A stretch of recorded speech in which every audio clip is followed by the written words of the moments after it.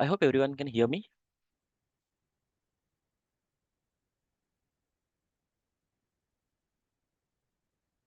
Okay, perfect. Okay, hello everyone. My name is. Okay, now before getting started, sorry, I'm just going to share my screen quickly. Okay, let me know if you can see my screen. Mm, okay, forget about the Zoom. Cool. Okay. Uh, first of all, everyone, a very happy Diwali. I hope everyone has enjoyed your Diwali with your family, friends, and your brothers and sisters, right? Now it's time to learn something, right? So we are back here, and first of all, let me introduce myself. So my name is Pradeep Shet, and basically I do have like almost 17 years of experience into various technologies. I did worked on various technologies, starting from the web forms, the very traditional web forms, and then into you may hear my voice little weird, guys, because I think winter is coming, like the Game of Thrones, right? So my voice has been little getting weird since 2 days. Sorry for that. So you may listen little weird from my voice. Okay. Uh, so, okay, now why are we here? Let me just quickly give a brief of what are we doing and what is the plan for you guys.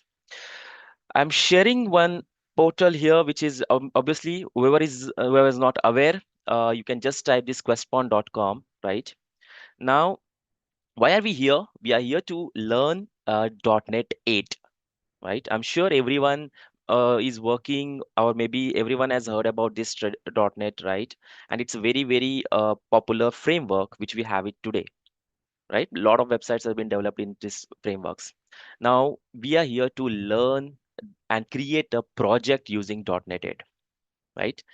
Now, uh, talking about like how this program is going to be, we will be having this batch, which is a going to be on weekend batch. Okay, and I'll just click on this link. You can go through this link. I'm sure I'll just my team will just post it in the chat window. So how we are going to conduct these sessions? The session will be conducted every weekend. That too from 9 to 10 p.m. Right? And what are we going to cover in this is basically we are going to cover the .NET 8 framework. What is this .NET 8 framework, right? And then what are we going to do in ASP.NET? See, .NET framework is something where you can develop your Windows, mobile, and different types of applications, right? Out of that, we are going to learn about ASP.NET Core, correct? And then we'll talk about the routing, and there are a lot of things like helpers, tag helpers. We'll try to create our own custom tag helpers. We'll talk about partial views, view components, and we'll try to connect our application to the database, okay, with the help of ORM like Entity Framework Core. And later on, we will also talk about a basic design pattern, which will be using it as a part of this project. And we'll all do authentication, authorization as well. And obviously the web API and how the web API can be consumed, right? All of this will be done totally practical. I believe most of things should be done practically. Whenever you want to learn anything, everything should be practical, right? So that's how the program is. And if you have any questions, please put down your questions in the chat window. We'll definitely try to answer those questions, right? Our team is there. I'm there to answer your questions, right? Now, before jumping and talking about this technology, right? ASP.NET and .NET Core, what are the prerequisites and what are basically the lab requirement? Let me talk about that. Okay, I just opened a notepad here. I'll be writing the lab requirement, what is required for this training. One is you need to have a Visual Studio 2022. Okay, Visual Studio 2022. But in 2022, there is a version which is a 17.11 plus. Okay, which will actually include .NET 8. If you just install Visual Studio 2022 and you have it installed in your system, that may be possible that is having only up to .NET 6 framework. Okay, if you want .NET 8, it has to be like 17 point, obviously, above that you will have a .NET 8 or SDK also included in the framework or the in the IDE. Okay, you can have a community edition. Whoever is not having anything installed in their system, you can have a community edition, which is a free version for learning. It should not be used for the commercial purpose. It is only for the learning purpose. It will have everything what you need, but it has to be for the uh, learning purpose. Okay. Second is we'll need a SQL Server. Again, SQL Server version is anything beyond 2014 plus is okay, because we are going to connect our application to the database, and our database would be in SQL. Okay, these are the two things which is very important for our training program.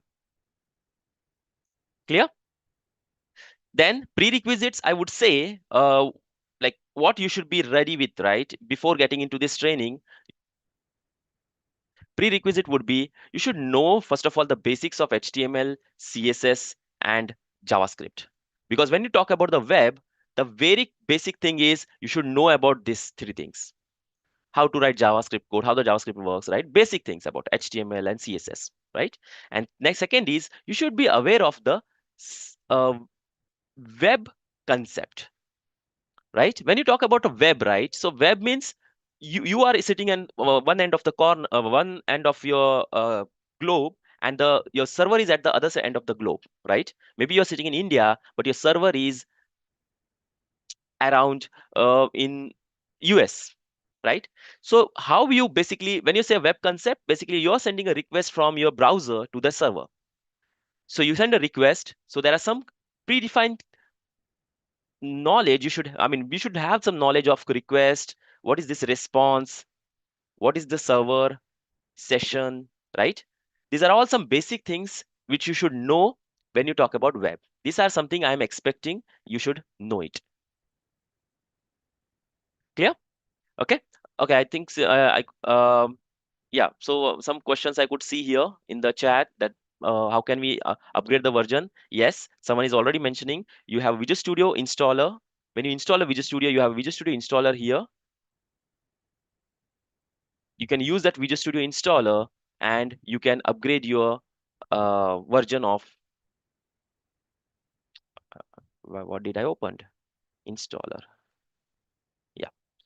This is where you can install your components based on your need. So when you install Visual Studio, right, it has a, you don't have to install everything as a part of this IDE. You can install whatever is required. Okay. You can search, whoever needs the link for Visual Studio 2022, just search in Google VS22 community version. Okay, you will get it, guys. Okay, you can always go and modify this and install the required softwares from here. You'll get a list of softwares, list of tools which you want it. If you want ASP.NET, you want to work on ASP.NET, you can install it. If you want to work on Python, you can install this. Okay. Now, why these all things are coming here? Okay, that is what we have to learn about this framework. What is this framework all about? And you can see my versions are also shown here. Clear? I hope everyone is aware.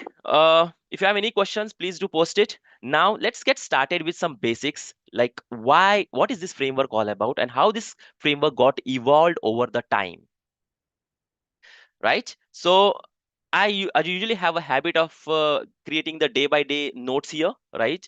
So please bear me. I don't have any presentations with me. I don't have any kind of a predefined recordings with me. I'm going to do it everything on the fly. So if I stuck anywhere, please bear with me, guys. Okay. Yeah. So talking about the evolution of .NET, evolution of .NET framework. I'm sure many of are working on .NET, many are want to work on .NET, right? So now how the .NET basically evolved. That is something we have to understand. So first .NET which was launched, right, that was in 2002. It was .NET 1, 1.0, right? If you are aware of it. I mean, again, you don't have to worry what was the old version, but I just wanted to let you know, like, it has been like almost 22 years now. since we have a .NET. Now it's 2024, so we are actually having .NET since 22 years. It's a very huge, uh, I would say, journey of .NET and how it has been evolved over the time, right? So 2022 is the first version where you have it. Then 2005 is when you have a very stable version of .NET, which was .NET 2.0, right? Then we had in 2008 we had something like 3. I think it's 3.5, which was again a good version. As this way, there was a new keep on. I mean, every version was getting upgraded. Okay, but in 2016, something different happened. In 2016, there was a new framework that was launched along with the .NET. Along with the .NET, there was a new framework which was launched called as a .NET Core 1.0. Okay, along with .NET 4.5. Now, what are these two things? This is a actually a change which happened in .NET framework, right? Now, what is actually this .NET Core and what is this .NET framework? Let's have a very little understanding on that. So 2016 is when Microsoft thought like, and again, guys, .NET framework is like it's a very great platform to develop different types of application. It's a one platform to develop web, Windows, mobile, and everything, right? Now, what happened in 2016 is, in 2016, Microsoft rewrote the whole code from scratch, and they created a newer version of .NET framework, which is called as a .NET Core. And there were different names. If you guys are aware, there were different names given to this over the time. Okay, what is like .NET Core now? And then later on, okay, now later on, after 2016, in 2017, it was like I think .NET 2.0, .NET Core 2.0 also was there. And then 2022, I'll skip some of the years. It was .NET Core 6.0. I think it's 21. Like, yeah. In 21, it was 6.0. And in 23, we had .NET 8. Now, again, I'll just make a small change here. Now, what happened is, in 2016, there was a new two frameworks available in .NET. One was .NET, traditional .NET framework, and one was .NET Core framework. And in and over the years, this .NET Core frameworks was renamed as now .NET 6 and .NET 5 and .NET 8. Now that core keyword has been removed. So don't get confused with this core keyword anymore. Going forward, you will always hear this term .NET 8, .NET 6, but actually these are the .NET Core version. Okay, along with that, there is already a traditional .NET which is going on, which will all stay for some more time, I believe. Now I think it's the latest version is .NET 4.8 or something. Along with that, it's .NET 4.8. Now this is a traditional one, guys. Now what is the difference? I'll tell you. Give me some time. I'll just let you know what is the difference happening here. So .NET 8 is a traditional one, right? Or there is a minor version which is getting upgraded, and this .NET 8 is basically the one which is a core. Clear? Okay. Now, what is this .NET Core framework? Now, .NET Core, if I talk about this framework, right? .NET Core. Again, I'm talking about the .NET Core. I have not yet talked about ASP.NET. Okay, when I say .NET Core, again, as I said, it's a single platform to build web application, Windows, mobile, and different types of applications, right? Now, what you see in .NET Core as a framework is, one is, it's a cross-platform. Now, older version of .NET, traditional .NET, was totally meant in Windows. I mean, it was only working for Windows, right? And that is where at some point of time, right? Now, obviously, not everyone uses the Windows here. And in fact, in India, we use the Windows a lot, but outside India, there are people who uses Linux and other Mac systems, right? Now, this .NET doesn't work on that, the traditional one. And that's where they have to build a new framework called as a .NET Core, which is now a cross-platform. That means you can build your application for Windows, Linux, and Mac. Clear? I'm also checking your chat windows as well, guys. If you have any questions, please post it. Sorry. So it's the first is important is it's a cross-platform. It's a cross-platform. That means it can work on Windows, Linux, and Mac system. Okay, this is the first important thing. Second is it's a basically open source now. You can see the source code of this framework available. Oh, sorry, my spelling mistake. See, right? It's open source. Third is it is very much in performance, very high performance, because it's a totally a new framework which has been written from scratch. They made sure that it is been highly performant. .NET, there is a question here. I could see .NET Core 2.0, then why directly .NET 6? No, after .NET Core, there was in 2019, I guess, 17 in 19, yes. It was .NET Core 3.0 along with 3.1. Okay, and in 2021, there was .NET 5 as well, which is now out of scope. That's why I have not mentioned it, guys. In 2020, it was .NET 5. Now all are these out of scope. .NET 5.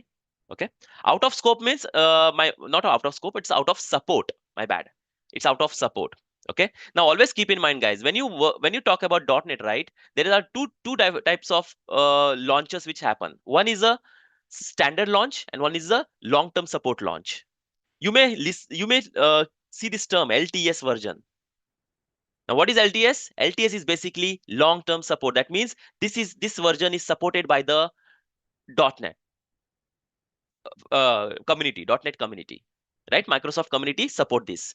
Similarly, we had, in fact, in 2022, we had .NET 7 as well, but that was not a LTS. It was now out of support. Now it is out of support now. That means you should not use it. You should always believe that, always make sure that you always use the LTS version. Is it clear, everyone? LTS means long-term support. That means now Microsoft is supporting this. If there is any issue which come up in the tool, in the framework, you can raise a ticket with the Microsoft. But when if it is out of support, you cannot raise and no one will answer your questions. It is more of like you have to resolve your issues by yourself or maybe through the online thing. Clear? Okay. Now I could see some questions as well. Again, now .NET Core, first of all, is open source and cross platform, right? It is high performance and scalable as well. You can easily scale it. Now, the very good point about this .NET Core is it helps you to build and support Docker and containerization.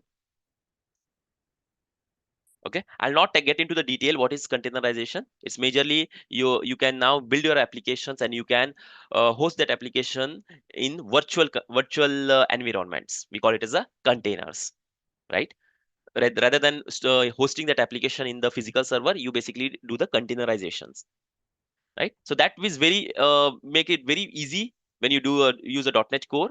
Okay, and next important thing is, since it's a cross-platform. Okay, listen carefully, guys. Since it's a cross-platform and it only supports it supports Windows, Linux, and Mac, we don't have any Visual Studio for Linux, right? We don't have Visual Studio. If you try to search, you don't have Visual Studio to build that application. And that's where they have provided something called as .NET CLI, command line interface. That means now you can build your .NET application without even having the Visual Studio with you. I'll show you quickly how it works. But without Visual Studio also, you can build your .NET application. You don't need a Visual Studio as such always required. That's the beauty of this framework now. I hope everyone is clear. I'm just pausing for a minute. If you have any questions, please put down. Yes. Okay, there is one very good point someone has mentioned, and I was about to tell that. Yes, this month itself, tomorrow I will say in November 12th, right? Yes, in 12th November is a day when this will go out of support. So if you have any system, any application built on .NET 6, you have to make sure that at some point of time, again, don't worry, it's not going to, when it's out of support, it doesn't mean that they will stop working, right? You can still use applications which are already built, but at some point of time, you have to move to .NET 8 because 12th November is the date when it will go out of support. Microsoft will stop supporting this version of framework. Okay. Now, always keep in mind, LTS is nothing but where Microsoft felt that it is stable. See, when you launch any new version of framework, it's very important that we don't know, right? They do that testing from their end. But what about the adaptation? Okay, how the people will adapt this version? From that, they will get to know, oh, there is a bug in this. Like there are a lot of bugs in the version, and then if it's a stable version, they will say, oh, it is a LTS version. Make sense? LTS means it's a stable version. So they felt like it's a stable and they can use it. People can use it. That's why they mention it as a LTS. And these are like uh, you can say a beta version. Okay, we call it as a STS version. Clear? Okay. Now coming back here. Sorry to switch between these versions. You do, just a knowledge, just for your knowledge, you need to know what are the different versions we have. Now going forward, you will also see in 2024, I guess, there will be .NET 10 as well. 9 is already there. Okay, in 2024 there is a .NET 9, but again .NET 9 is not a LTS version, it is STS version, but .NET 10 will be a LTS version. That's what they claim. Okay, so this versioning will keep going on, guys. I mean, there is no stop because since we are in IT, right? there is there is no stop to the versioning. I mean, the version will keep upgrading, and there will be a lot of new things coming in. Lot of old thing will get deprecated. There is no stop to that. Okay, fine. So now, when I say a .NET, right? Now, what is a .NET? If I just have one diagram, I'll just show you. Yeah. Now, .NET is basically called as a unified platform for developing different types of application. Okay, .NET is basically a unified platform for different type of applications. Now, when I say a cloud, they have a support for creating the cloud-based applications, right? And cloud, when I say cloud, it's basically Azure cloud. Obviously, Azure is something Microsoft holds it, right? When it comes to the web, you can now develop ASP.NET applications, as well as there is a new technology called as a Blazor. You can build a Blazor application, which works on a WebAssembly concept, right? Okay. Then you can create a desktop application. Uh, and in desktop, you have an option of creating WPF, Windows Presentation Foundation, WinForms, Windows Form, the very traditional way, and .NET MAUI. MAUI is nothing but multi-platform application UI. Okay, multi-platform app UI. That means it can work on different platforms, Windows and then Linux and other. Clear? Then you can develop a mobile application again using the MAUI or Xamarin. Xamarin is one of the very popular framework for building mobile apps. It can help you to develop the native apps as well as the hybrid apps. Then you can have a gaming as well. You can develop gaming applications using Unity, right? Then IoT based applications. Again, I am not very good with IoTs, but yeah, you can have a IoT applications as well. And then you have AI and ML. You can have using a ML.NET, you can build your machine learning applications as well. Clear? And then you have a .NET Apache Spark as well. So now this is what is like one platform under which you can develop any type of application. That's the beauty of .NET. Okay, I am showing you a .NET 6, but again, .NET 8 is again the same. Clear, everyone? And then you have a Visual Studio. One way of development is Visual Studio. One other way of development is with the your Visual Studio for Mac. Now they have a Visual Studio for Mac as well. And then the third way is using the VS Code, Visual Studio Code. It's a basically editor. And the fourth way is, definitely the CLI, which I just mentioned. Clear, everyone? And this, then you basically, this is a infrastructure, underlying infrastructure, right? You have a common libraries which we call it as a foundational libraries under through which your application runs. Clear, everyone? Okay. So this is how the basic .NET as a unified platform works. Now we are going to focus on ASP.NET. Our focus is not on other things, right? Our focus is on ASP.NET for developing web applications. Clear? All good? I'm sure everyone is aware about the .NET, right? If you're not aware, you know, right, how the compilation of .NET works and everything. If you're not aware the framework, how the compilation works, I do have that screenshots and as well, just for you showing up, right? Uh, Again, this is taken from the internet, no doubt. So now, when you compile, right, now in .NET, you can write a code in different languages. You can write a code in VB, you can write the code in C# or F#. These are the three different languages which you can write the code. Now, with the help of a compilers, there are three compilers, and this is a traditional one I'm talking about, guys. Traditional .NET framework. I wanted to show you the difference between the traditional and the .NET Core. What has been changed over the time? Okay, in traditional, we used to have a VB compiler, CBC is a C# compiler, and F# compiler, which converts your code into intermediate language, which we call it as a IL. Okay, because see, when you write the code, there is a concept of common systems, right? Common language system, CLS, and which basically converts that into the IL code. Now, IL code means intermediate language, which your operating system cannot understand. This code which you have it, right, this operating system will never understand.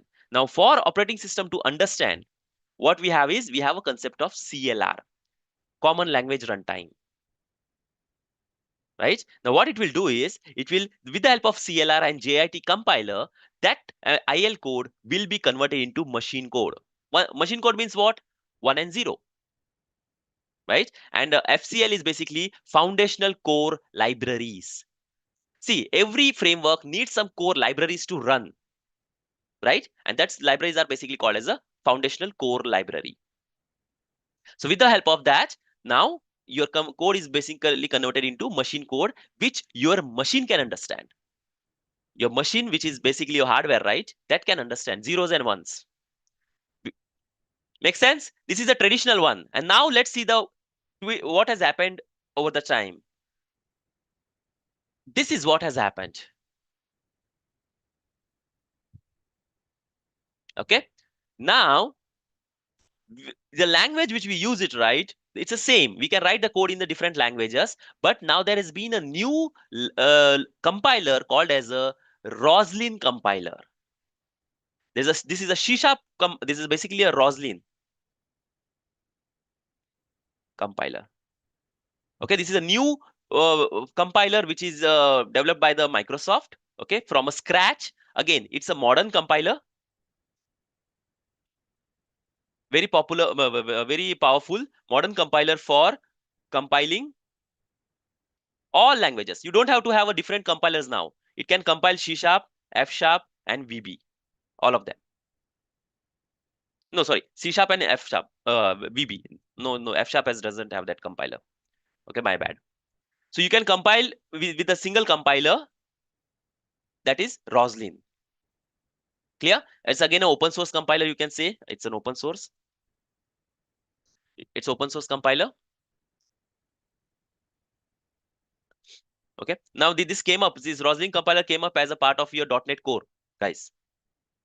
I'm showing this one is basically a .NET Core, and you can see the changes happen. There is a Roslyn compiler again, which converts your code into IL, which is an intermediate language.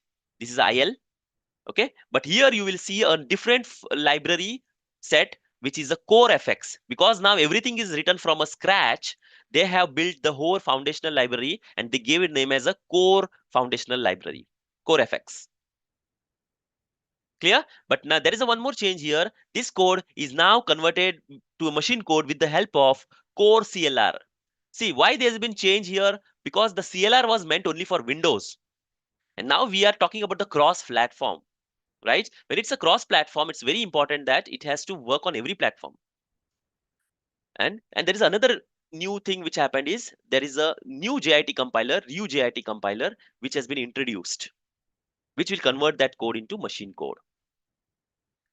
Okay, now what is the advantage of Roslyn compiler? Again, Roslyn is a very, very powerful compiler. It basically has a lot of internal APIs for what you say, uh, code refactoring, code analyzing. Okay, it can do, it has a lot of APIs. When I say APIs, it's not a web API I'm talking about. It basically has a lot of features for code analyzing, generating code, right? And it basically gives you a on the fly, what you say, what is the term? Code error, I would say. If you see today, when you write anything in the C sharp on the fly, you get a kind of a feature which will show underline the code, right? It automatically underlines the code and show you something. That's because the Roslyn is basically analyzing your code and generating the proper code for you. It helps you to do that. It's very, very powerful. While you're writing it, it keeps giving you that compilation errors and compilation issues, everything. So it's very powerful. And I think this is going to be like a future going for. We don't have anymore the C sharp compiler. This is still there in your traditional .NET. Clear, everyone? Okay. And RuJIT is again a modern, I would say, the compiler. It's very fast. Uh, I don't have much information about the RuJIT, but it's very fast. It's a modern compiler, faster, and then I would say it does a lot of things like garbage collections, and it has a it's again a cross-platform. This is very important.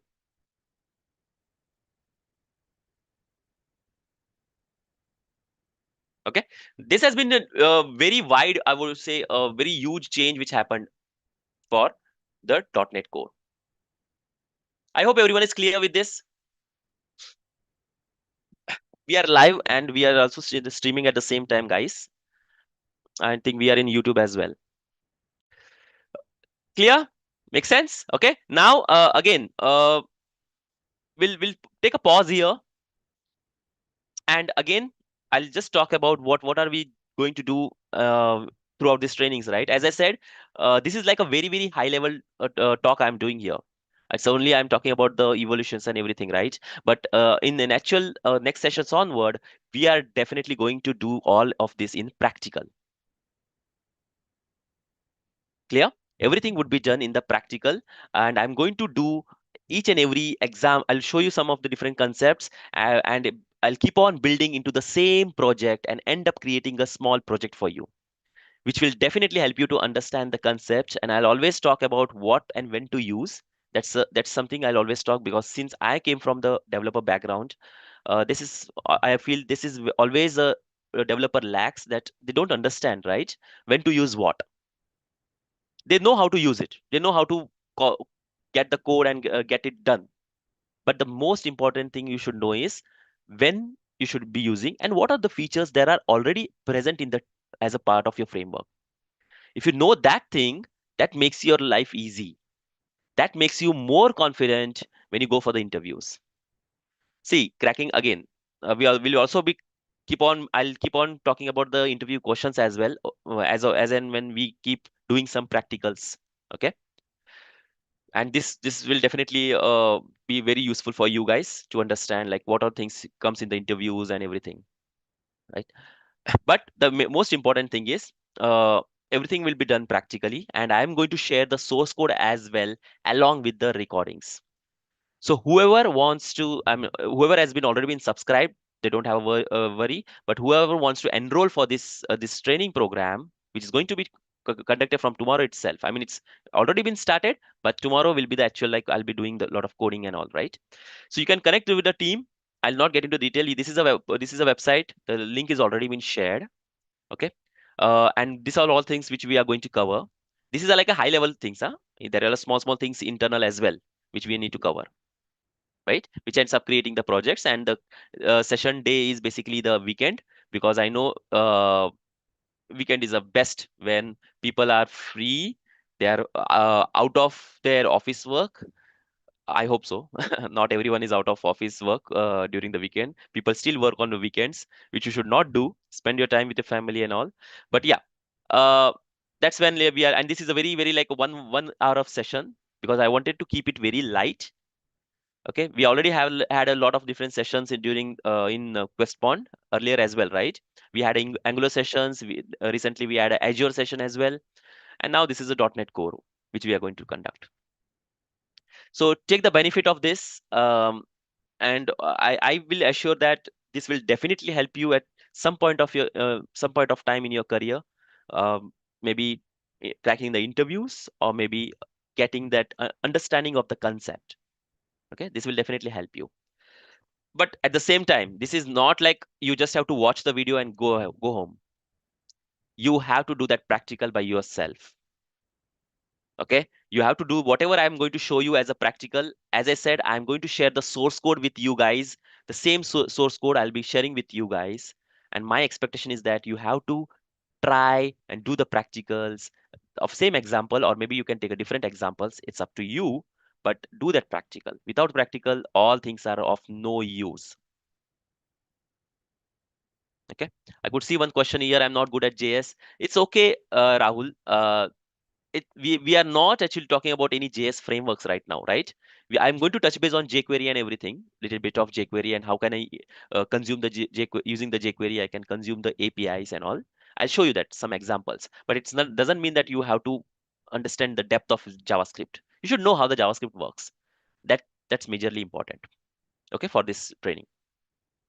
Clear, everyone? Any questions?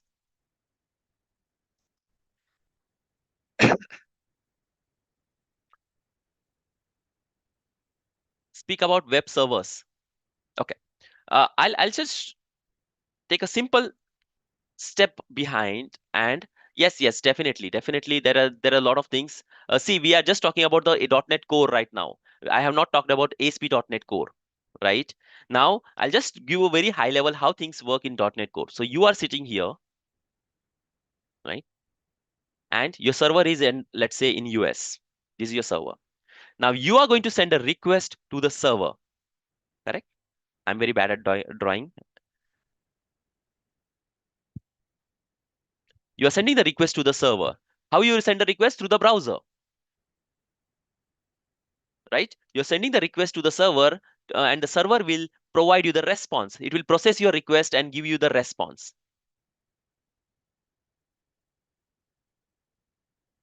This is a very, okay, and this is your web server. Okay, now when I say web server, this is where your actually website is hosted. Now hosting can be done in different uh, hosting mechanism, right? I can do the hosting in IIS. When it IIS for Windows, we have a Ninjax, NIGX, for Linux, right? So this way you can host it in Windows, Linux, or Apache servers, right? Now, this server will process your request and send you the response as a pure HTML, right? You get a finally HTML in your browser. You send the request, your form is submitted, and you get the response. Okay. Now, this was a traditional way of handling the request and response. Now, how that in the server, web server, right? When it takes a request, there are different HTTP handlers and modules, which basically processes your request. It will check whether the request is right. Okay, whether I can process the request. All that thing is handled through this HTTP handlers and modules. This was a traditional way of doing it. Now, what has changed over the time in .NET Core? Same thing, same thing.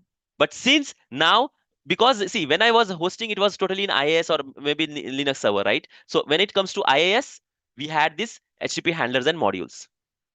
Okay, I'll skip this one. When it's IaaS, you have HTTP handlers and modules. Okay, now same thing when in .NET Core, what happened is you had the same server, but now the change which happened here is, I'll just draw down here. The change which happened is now when you send the request and response, your handlers and modules, which was actually handling your request, it actually comes here, huh, guys. Handlers and modules. This will come over here, which will verify your request and then it will allow you to handle it on the server. This has been replaced with something called as a blank pipeline. We call it as a middleware. Now, why this has been changed? Okay, that this now the request will go through this middleware and it will get processed. It will go through the middleware pipeline and it will give you the response. Now, what is this middleware? Now, why we did this middleware? Because earlier, as I said, there was already HTTP handlers and modules that only works for IaaS. But now what we need is we wanted a cross-platform. That means my same website, if I host it in IaaS, it should work. If I host it in Linux, it should work. Correct? So in that case, I cannot have the same set of HTTP handlers and modules because that will not work in Linux. And that's where your middleware can do that job. It is like plug and play. It's a software components which you can plug and play, and you can say what all things you wanted as a part of your pipeline. We'll be seeing that in practical, right? How the middlewares are set up, and then it will send the response. Make sense? Now, at the same time, on your web server, there is also a one more server called as a Castrol server. On your server, there is also a server called as a Castrol server. I'll write the name here, Castrol. Okay, Castrol is a server which is developed by Microsoft. Castrol web server is a developed by Microsoft. Okay, fastest server to handle request and response. Very fast. It's a very powerful server. But the only problem with this server is very limited to only handling the request and response. What it can do is this server can do basically it can open that port for you to send the request to the server and get the response. That is what it can do. Other than that, if you want to use some kind of a session, if you want to use some kind of a which is not available in the Castrol. So what happens is for that you need to have this IaaS or that Ninjax servers. Getting my point? So Castrol is basically on the top of Castrol you have IaaS and Ninjax. Castrol is for only processing. It will allow you to open that port to handle the request and response. That's it. So outside the world, it will allow you to get the connection. Okay, but if you want to use some kind of sessions, caching, all these things, right? That is not available in Castrol. For that, you need IaaS or Ninjax or any other servers. So I can say here, I stay in my server is IaaS. On the top of IaaS, internally there is a Castrol server. Yes, we use Castrol. We don't have to use specifically. Your .NET itself uses the Castrol server along with the IaaS for Windows. Perfect.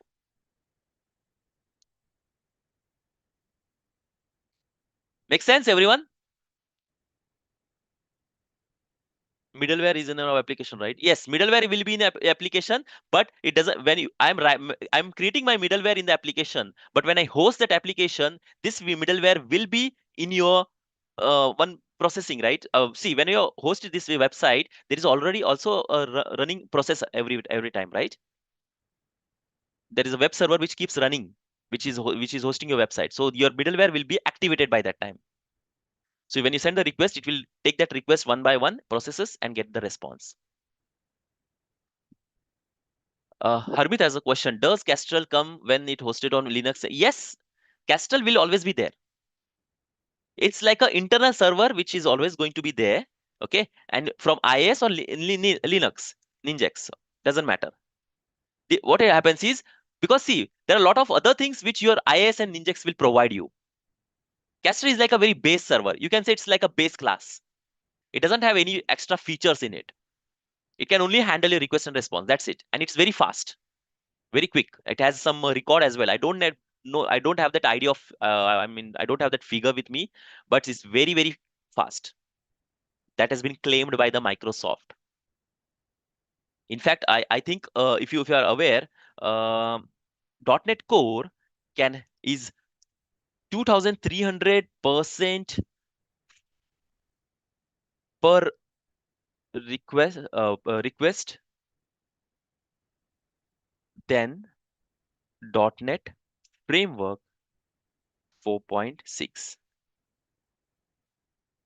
If you guys are already in .NET Framework, traditional one, you will observe that it is 2300 times.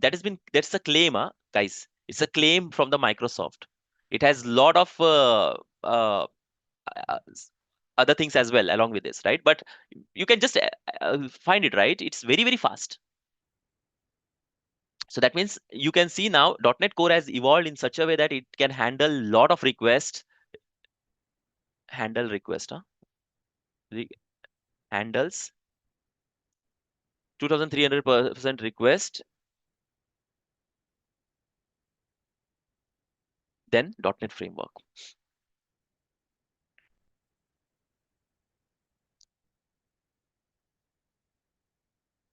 Okay, someone has a question here. Does Castrol receive the request and then sends to IIS and Index? No. So it's basically first goes to the IIS and Index and then goes to the Castrol. Okay, because the outside world is open for the in Index, right? Or the Linux IIS. It's hosted over there, your website. Then it goes to the Castrol. Okay. What problem does Castrol solve? Castrol is not solving anything. It's a server, guys. It's a server. See, you have your code on the server, and from one end of your what do you say world, you are sending a request through the browser. So someone has to open that port and someone has to open to the public, right? That Castrol allows you to come to the public. Make sense? That's the only job. It doesn't have anything much in as part of a server. Handlers in IS traditional .NET will realize based on the extension like ASPX, CSHTML, how to identify based on the URL in .NET Core. Harvit, again, when we are going to talk about the MVC, right? I'm not yet talked about MVC. It's again MVC would be the same, right? ECS HTML extensions would be there. Now going forward, you will never see ASPX pages.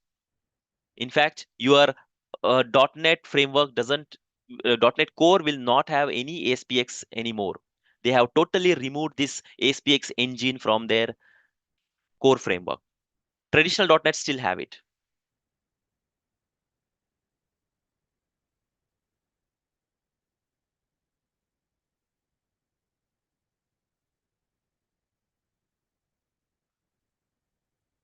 Castrol is a built-in server, yes.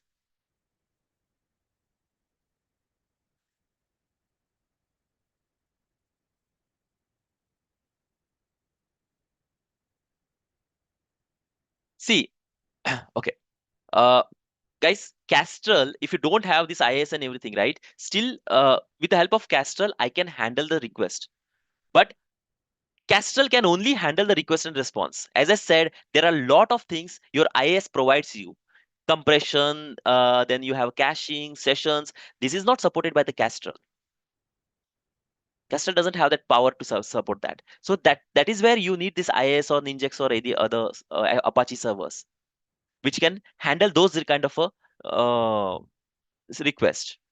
Correct. And then you internally it is already there is a Castrol which will take up that data and give you a response. The job of the Castrol is nothing to do no anything. It will not do anything much. Clear? It's a new server which has been built by the Microsoft to make your request response very fast. Clear, everyone? Okay. Now coming back, guys. I as I mentioned, we already have only we have only 10 minutes. I'll just make a quick one. So now if I want to create a website, now as I said, I can create my website using .NET CLI, right? I can create a website using .NET CLI. Now let me show you how can I create that .NET. I already have Visual Studio with me. I'll open one command prompt, guys. Okay, I'm going to go and I'm going to go to my folder. Now, where is my folder? I have created already a folder for you guys. This is a folder where I'm going to keep all my code. Okay, I wanted to show you how can I create the project using .NET CLI. So here, if you want to create a new project, now if I just say .NET and I say list, you can see there are a lot of commands which will come in. .NET hyphen list, I think. Uh, what's wrong?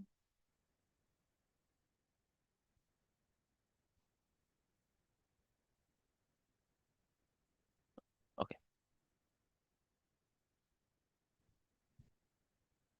come on, what is wrong? My bad. Sorry. So you can see there are a lot of commands here which you can use it. .NET list is to list the project of references a .NET can do. New is for creating a new project. Can you see here? New, right? So if I want to create a new,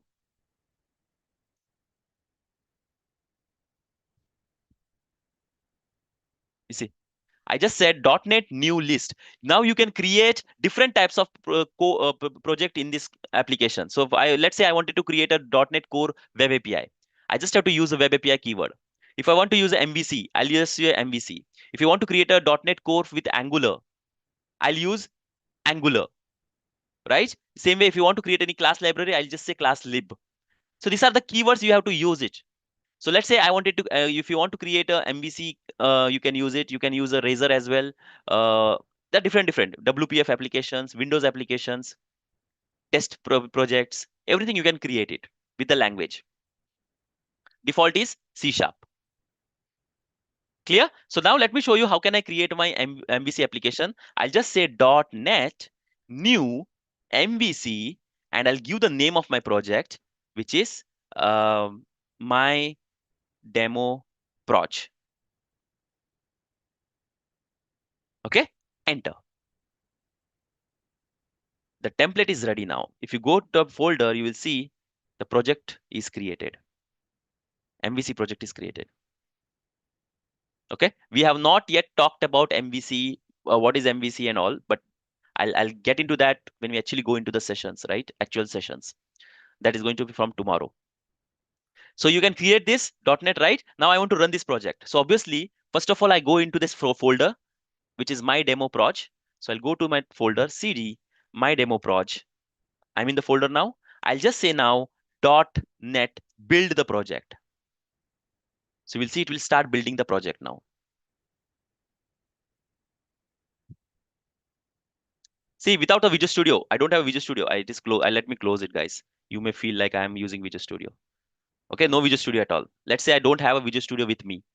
Okay, so you can see it's restoring all the packages, and now it is building the project. Done. And now I'll just go and say .NET run. And you can see it will open up one port number and it will start running the, you can see it is opening a port number, localhost 5137, right? I'll go and just open it in the browser and you will see the website is loading.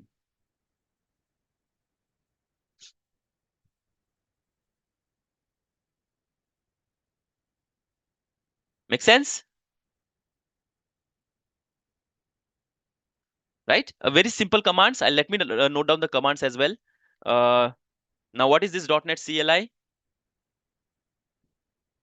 Command line interface to create, build, compile projects.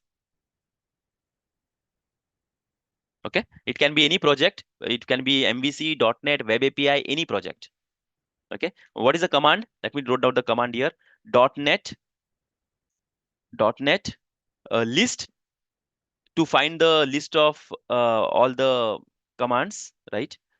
That's what I used it, right? .NET new list. My bad. Okay, if I want to create any type of command, I'll use that.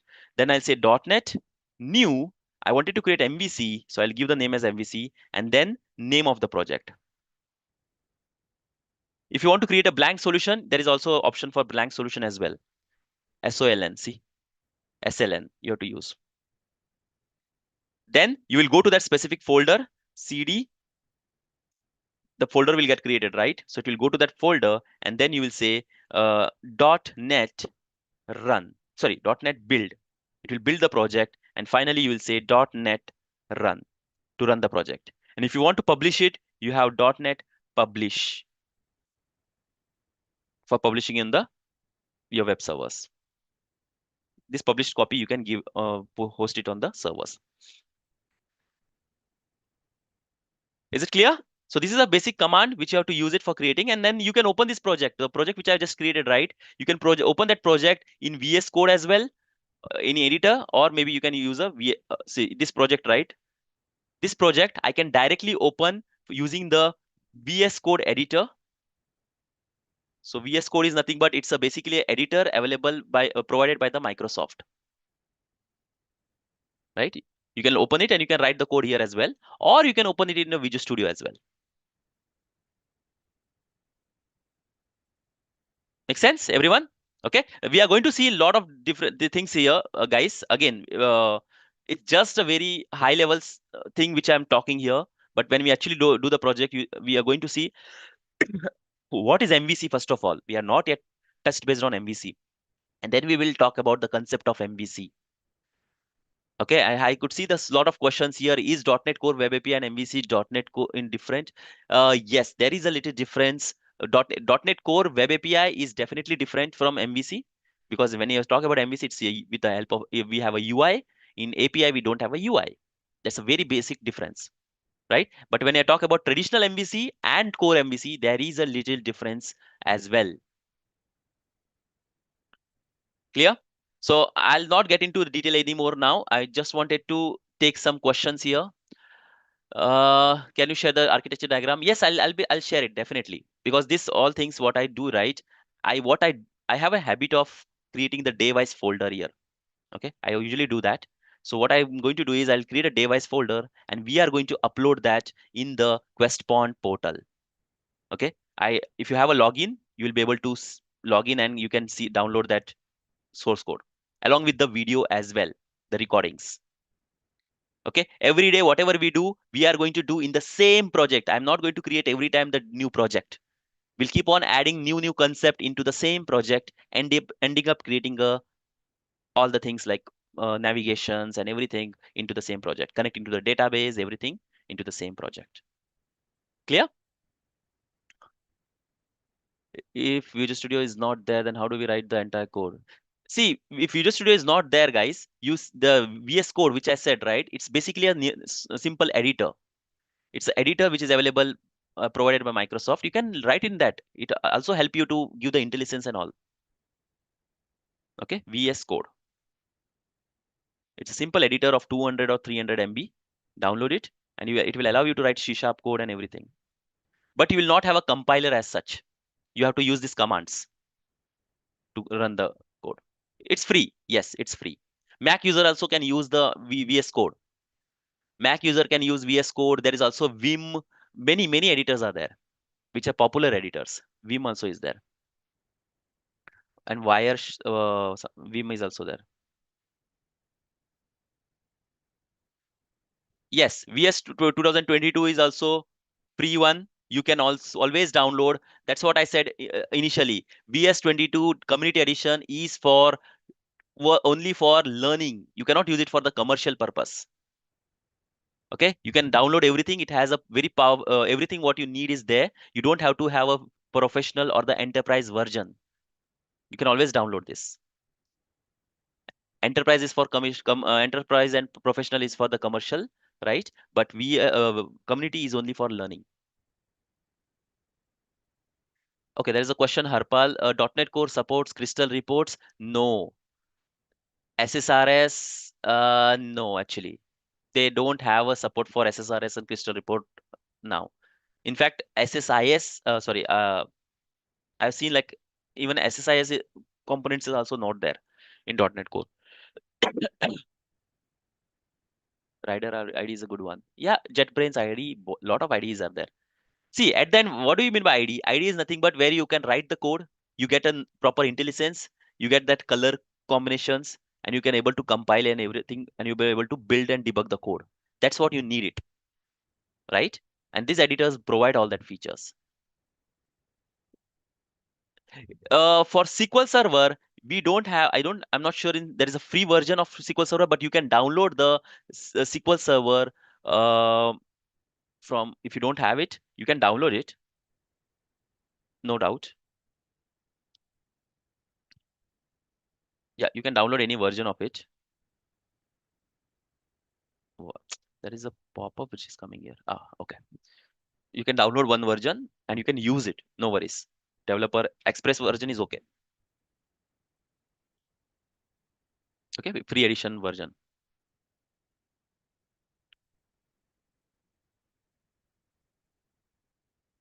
Harmeet, there are a lot of questions. Harmeet, I could see like you're talking about the .NET Core.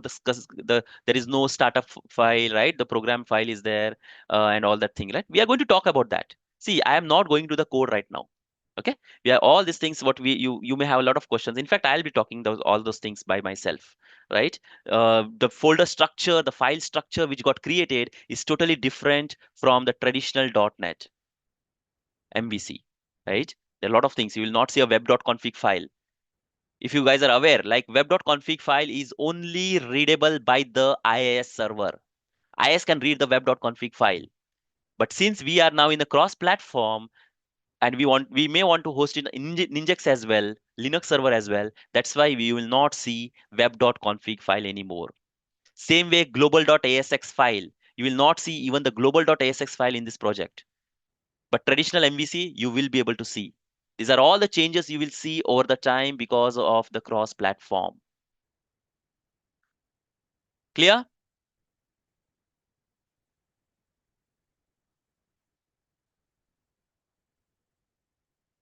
Okay, we are now sharp 10 o'clock now. Okay. I hope um, we are going to do again. We just talked about very high level, and we need to talk about in detail about all these things. Doing a lot of practicals. I'll be showing a lot of examples and a lot of concepts as well. I need to talk about. Correct. But that will again, as and when we keep on going, we'll be talking about that. Okay, so anyone who wants to enroll or anything, talk to the team. You can always reach out in this website. This website is already there. It has a lot of other videos as well, pre-recorded videos. Okay, and this training is especially for the subscribers. Clear? I hope every Saturdays, yes, 9 to 10 every Saturday. When you're done with your dinner, you can sit. Okay, before going to the sleep and before reading any books or anything, you can sit we can sit and we can have these discussions about this .NET Core. You can learn something before getting into the bed. This will definitely we don't want to keep it in the weekdays because I know weekdays are very hectic, right? A lot of people, whoever stays in Mumbai, even I stays in Mumbai, so I know what kind of hectic is sorry, weekdays, right? So we don't want to keep that weekday thing uh, where people are done, I mean, doing their job, coming home with the pressure, will not get time. Uh, Okay, Harmit shifted to the US recently. Nice. Okay. For you, this will be morning session, Harmit. Cool. This Saturday, Sunday, 9 to 10 is I'm talking about the IST, India time. Okay. Uh, and from wherever you are guys are connecting, you can just identify your timings.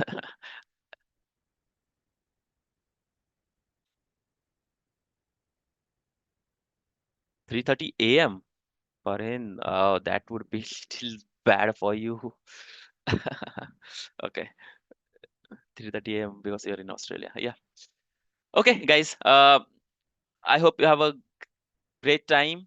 Okay, enjoy your remaining day, and we'll connect tomorrow, and I'll start showing you the actual project, and I'll start talking about the different concepts about the MVC, separation of concern, and then all that routing and everything one by one into that project.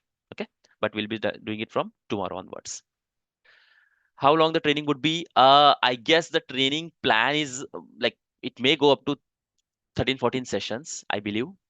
Okay, let's see. Again, it depends on like you need to understand, right? My only objective is that you should understand. That's one very, very important objective. I don't want to just keep on talking and just get it done. I want you guys to get there something back from these trainings. That is some major motive of mine, right? So obviously it may go one or below the, I mean, the days may go up and down. If you have any questions, if you ask questions, it may take time, correct? We'll do hand in hand. No, we'll go hand in hand. Okay, no, we'll not be doing it, because see, it's a 1 hour sessions. We cannot do hands-on. It's not possible, right? Because we have a huge batch of people which is experienced as well as fresher. So we cannot go all that hands-on at the same time. That's not possible. Okay. A repository pattern, yes, we are going to talk about it. JWT, we are going to talk, and security, definitely authentication, authorization, JWT authentication, we are going to talk. Yes, Gayatri, middleware is a alternative for handlers and modules. As I said, handlers and modules were there only in IIS. It was supported in IIS. Now, since it's a new we wanted a cross-platform, you will not have any as handlers and modules. That will be replaced with the middleware. Touch base on Blazor. No, we'll not talk about Blazor. Blazor is totally a different topic altogether. It's same like your Angular, React. We have Blazor as well.